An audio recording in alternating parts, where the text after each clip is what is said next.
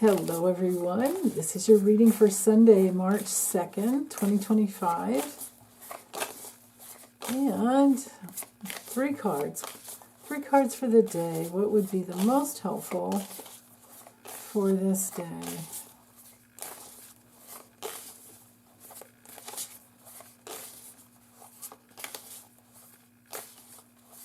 Right there. Oh, yay! We have the Wheel of Fortune, first thing in the morning. Healing, moving forward, using your intuition.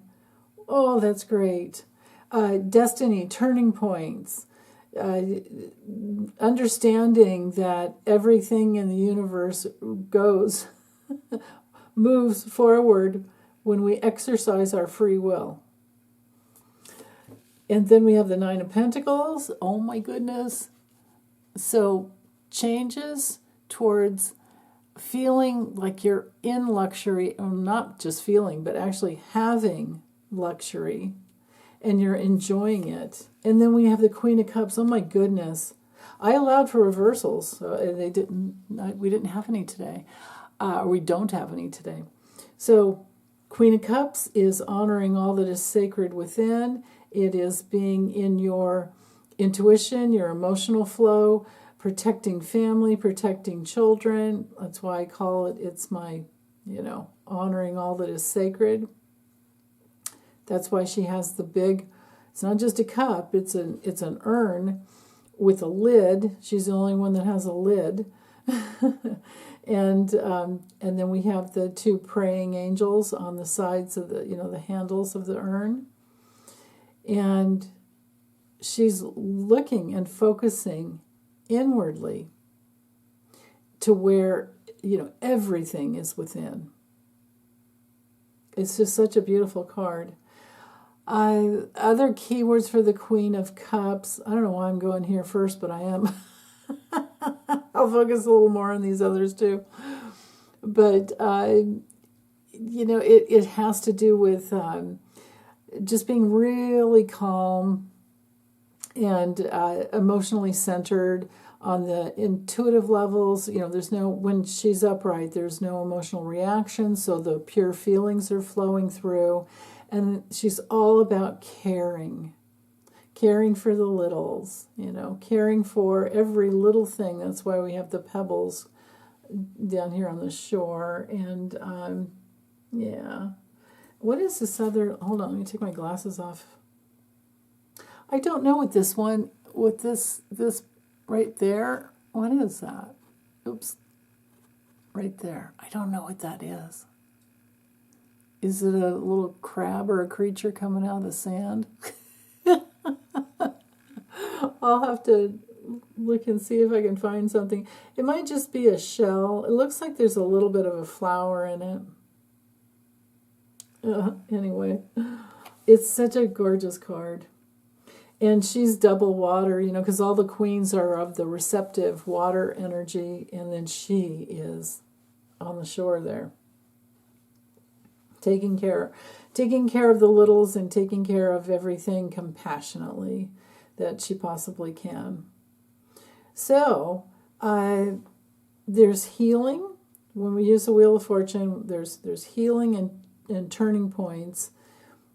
If you go for what matters to you most, what are all of the things that you honor as most sacred? To me, it's having my sense of self. To me, it's, being autonomous, and this is the epitome of self-care as well. And to me, it's also, I don't feel like I'm on any type of a healing path unless I'm connected to my intuition. So there's that. And emotional purification work leads to your intuition unfolding and your psychic abilities coming through. So these two work in tandem, but there's the Nine of Pentacles in the middle. That is that beautiful garden space and having everything that you want on the physical levels and focusing in on all that you have. And it gives so much, being in gratitude, having gratitude, even for the little snail in the garden. that you have more. It brings in more. When whatever we're grateful for, it brings more into our lives. Because, you can't create abundance from lack. So if you're going through life feeling like you don't have, I don't want that, I don't have this, I don't want things that you have you don't want, all of that, every time you go there and you focus on that, you get more of that. So if you want more, go here. Go to gratitude. See if you can count 9 things every day that you're super grateful for. It's quite a commitment, but it works. Okay, the astrology for today is, let's see if I got it. There we go. Got as straight as I can there. We have the moon has crossed over Venus quite a bit. We're only 6 degrees away, and the moon moves about 1 degree every 2 hours. So for the foreseeable part of the day, I'm thinking tomorrow the moon will actually be in Taurus.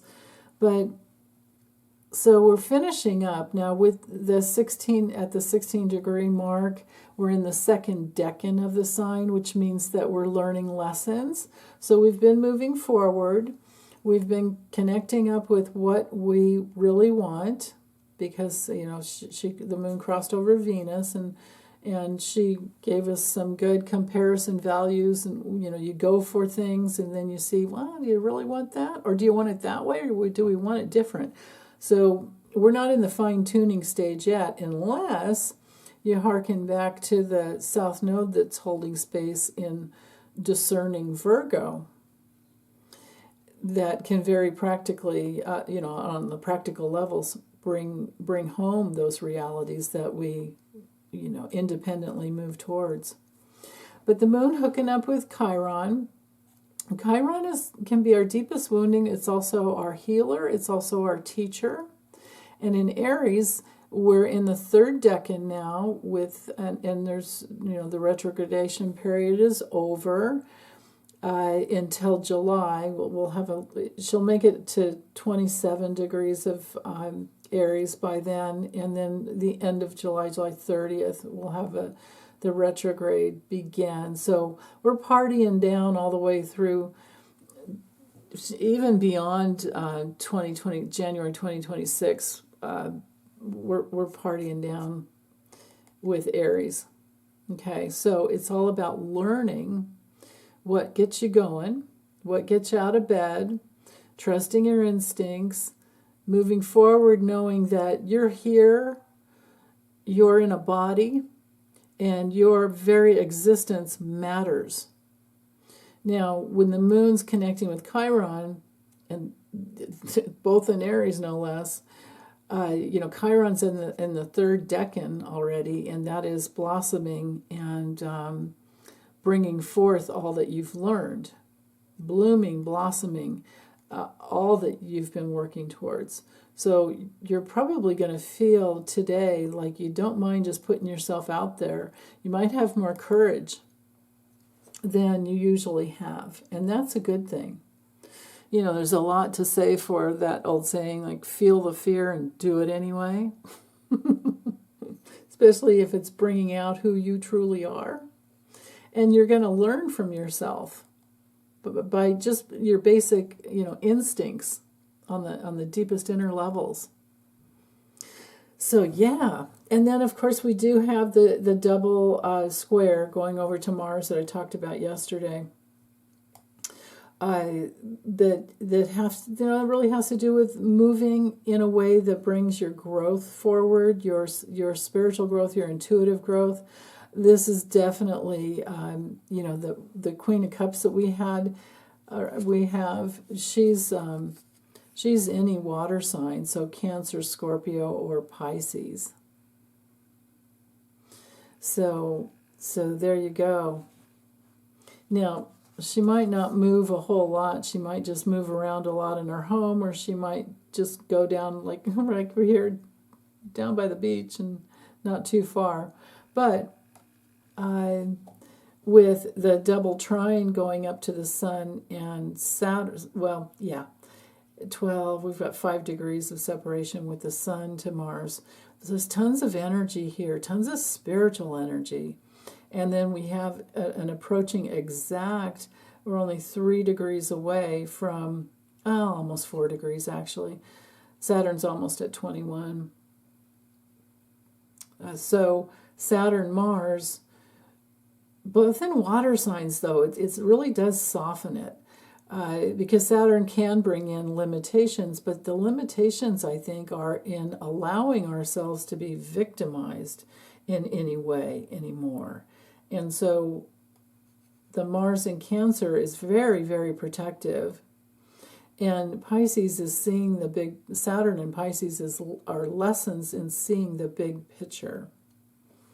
So that's really cool. We also have the aspect of the architect that we had yesterday because, of course, Uranus is still trining Saturn. And the sun will hook up and connect there too, and there'll be quite a bit of strength.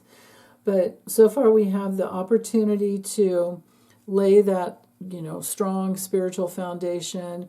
This is also really good for any type of artistic pursuits, any type of spiritual pursuits, any bit of using your imagination and your intuition in any way that you like.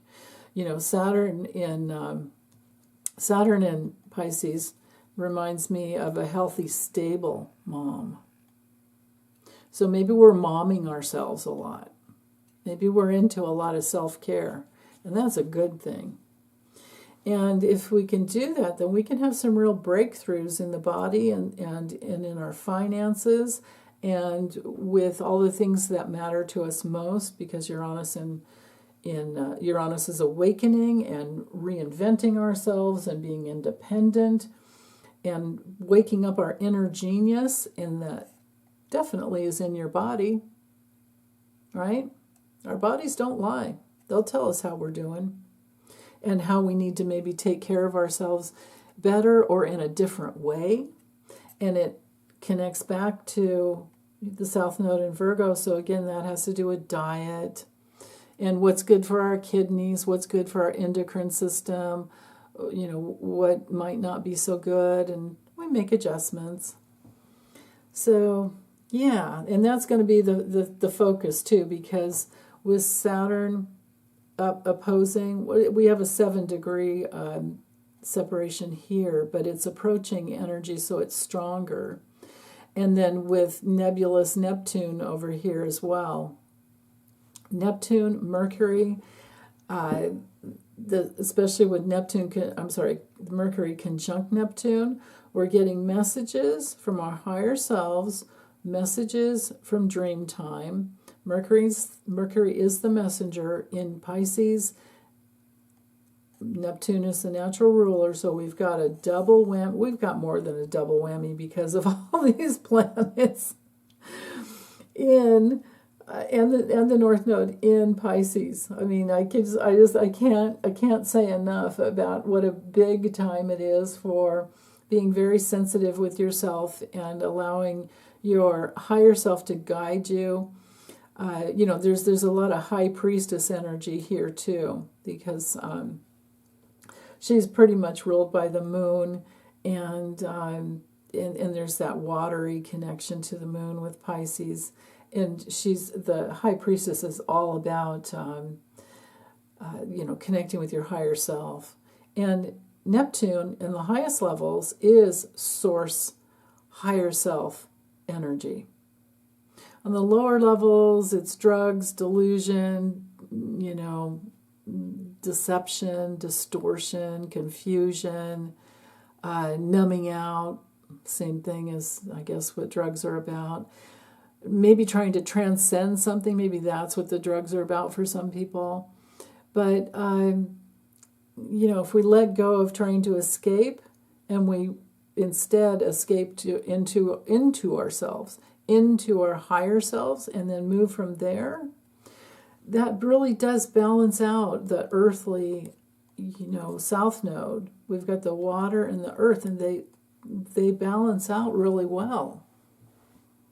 Like fire and air, they go together. Water and earth goes together. Cups and pentacles go together. The wands and the swords go together. They complement each other because they're natural connections with those elements. So what we have going on here is the real, I mean, just so many opportunities and possibilities to not only reinvent ourselves with Uranus and Taurus, but also to do it from the deeper, deeper spiritual levels of who we truly are and bring it through physically in a way that is so useful. But we will have confrontations with getting ourselves into divine order rather than chaos. I tend to look at chaos as just energy that's not formed yet. So get clear on what you want and form, that reality. Create that reality, because the universe is holding space for us to do that, to create a whole new reality. We really have those opportunities. And then the only other thing I want to talk about for today is this sesquisquare here between Mars and Ceres. Now, Ceres is our planet. It's just a dwarf planet, just like Pluto and Eris here. But just as strong. She moves a lot more quickly. She's related to how we protect ourselves no matter what sign Ceres is in. She's a lot like the Queen of Cups, but in Pisces, she definitely is the Queen of Cups in there. She just rules all things that are nurturing, food, farming, all of those things, but also the things that we protect, the things that we're most loyal to, that are human and animal, and any little critters, any little creatures. She's also related to our maternal imprint. So, like I said, there could be detours and changes in new ways of self-care. Okay, because maybe you get some, well, not maybe, I'd say it's very, very likely that you get some, that we all get more and more dreamtime guidance and meditation guidance as to our self-care. So, okay, well, that's it. The only other thing I have to say is that next Sunday on the 9th is when we have the clocks go back. So if you're in the time zone, which most of us are, where the clocks are we lose an hour, the clocks go forward. You might want to start adjusting your sleep schedule all week. Maybe, I don't know, going to bed a little earlier or sleeping in a little or so, because we're going to lose an hour at the end of the week.